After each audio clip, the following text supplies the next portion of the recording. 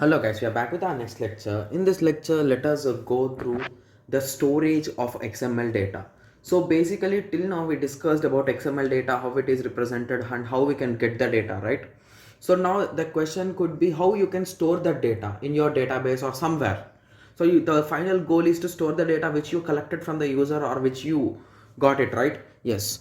So basically you can store it in multiple ways, guys. So the main two methods are nothing but relational databases and a non-relational data stores. Okay, so these are the two commonly used data storage mechanisms. Okay, so many applications require the storage of XML data. So even a small application also needs the data, guys. So that to store the data, we are using XML. You to transfer and to store the data. Hence, we need it some kind of format or some kind of method to store them, right? So you can store it as a particular document that is nothing but .xml file directly without any kind of modification, or build a special database to store the XML data, or building a special database to store the data, convert XML data into relational representation and store. Okay, so converting it into a relational representation like in between columns, rows and all those things and storing it. So these are the three common important things that we can do. Okay, and the first type that we'll be discussing is XML data can be stored in how many formats? Two formats, guys. And there are some alternatives also, we'll be discussing about them. Okay, so non-relational database stores. Okay, so here there is a no relation between them, guys. So that's the only thing that you should remember.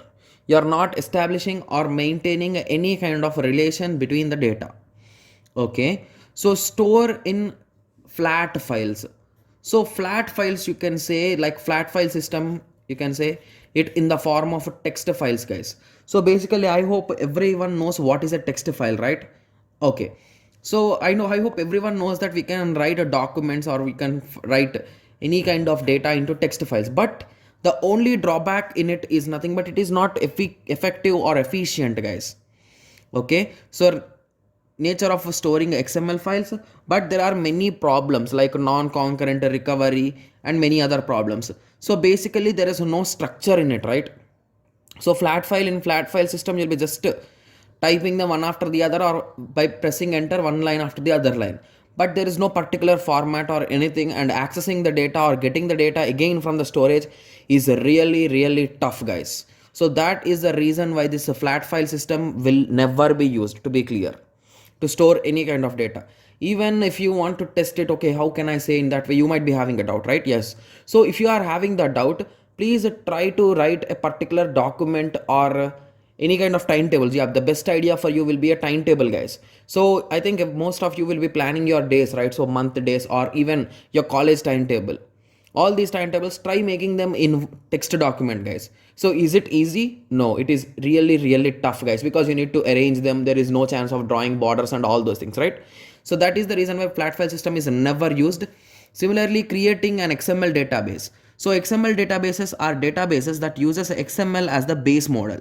Okay, so here you will be using your XML, and databases built specifically for XML documents support DOM models and declaring the queries. So when you are using XML databases, you can declare the queries and it is based on the XML model, and it supports DOM also.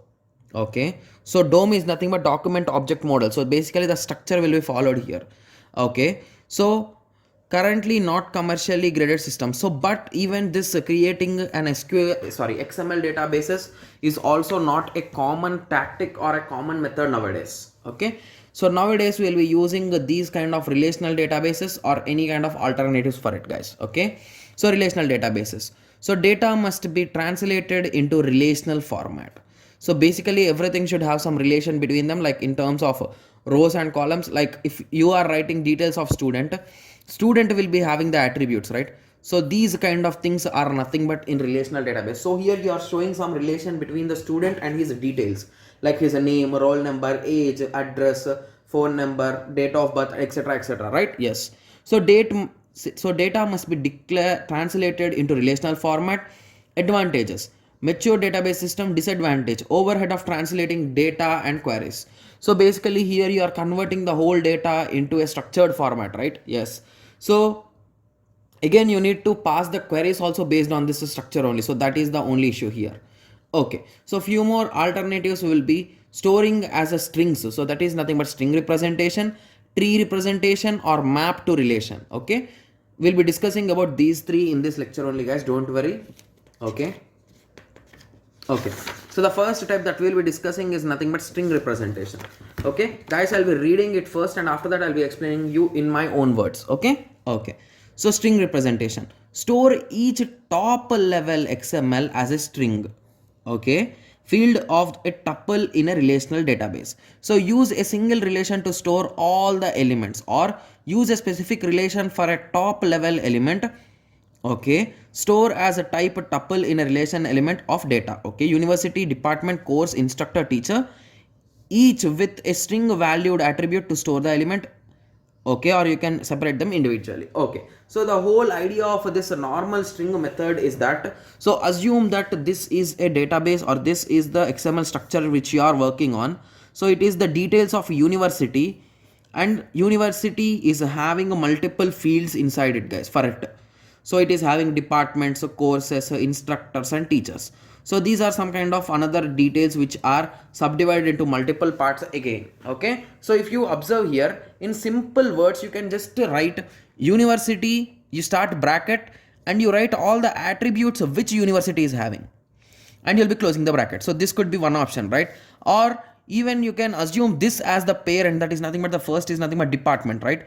So in department you will be having a name, ID, and let us assume there is an HOD for it. Okay, so you can say that now you will be saying the department of name, ID, and HOD. So you can even do in this way also. So both the ways will be working. So based on the structure of the file, the XML file, you'll be deciding how to write.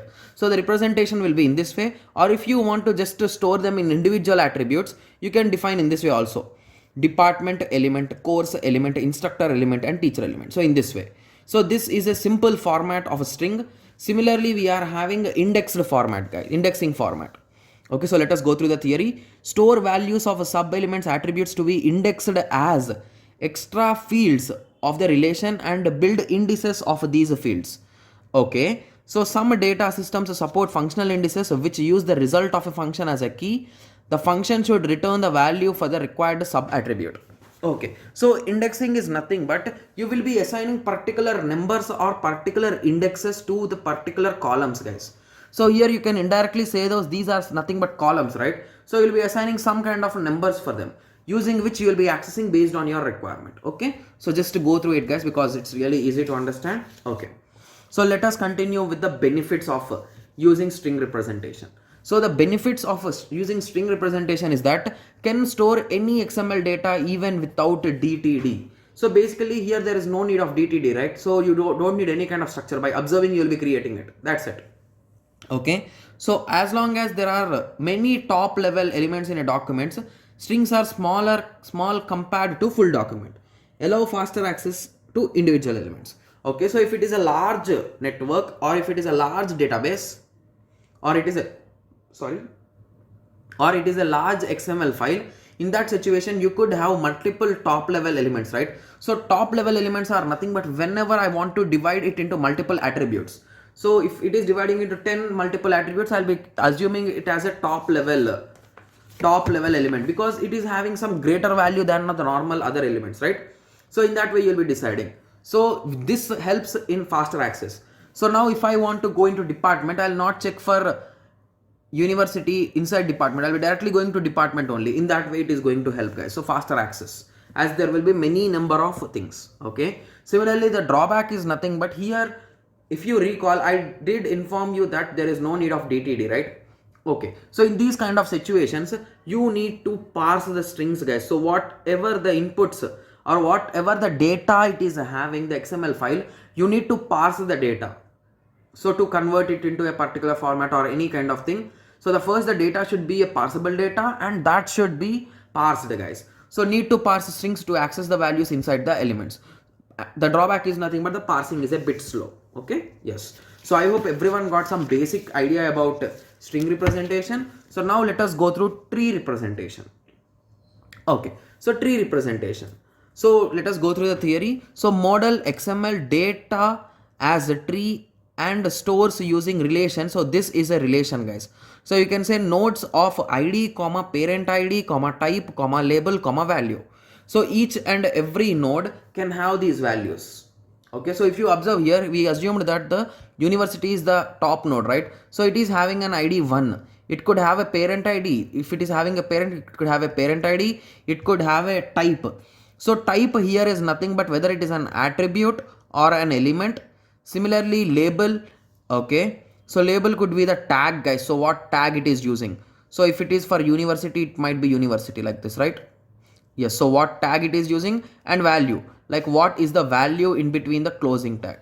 So you can represent these things in the format of tree, guys. So if you represent in the format of tree, automatically by observing or by using some kind of methodologies, you can directly fetch the data, right? Yes.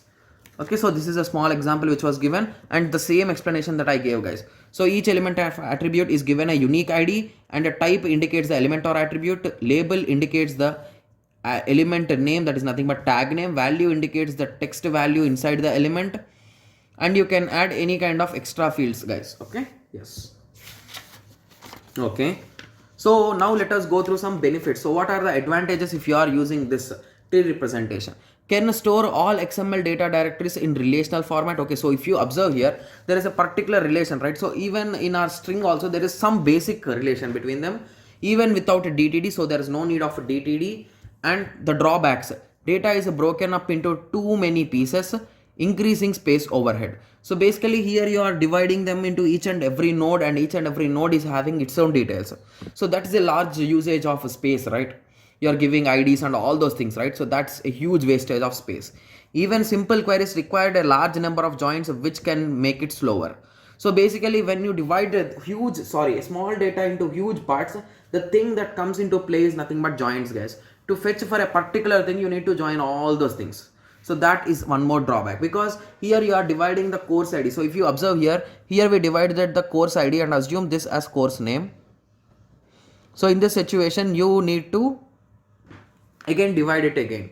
So I hope everyone got a clear idea about this. So let us continue with the last topic, guys. So the last type of method is nothing but mapping XML to relations. Okay, so here you are trying to map XML data in the form of relations. Okay, so in this approach, XML elements whose schema is known are mapped to relations and attributes. So based on your understanding, you'll be mapping them, guys. So relations are created for each element type whose schema is known for us. An ID attribute to store the unique ID. Okay, similarly an attribute corresponding to each attribute. A parent ID attribute to keep track of the parent as the tree representation.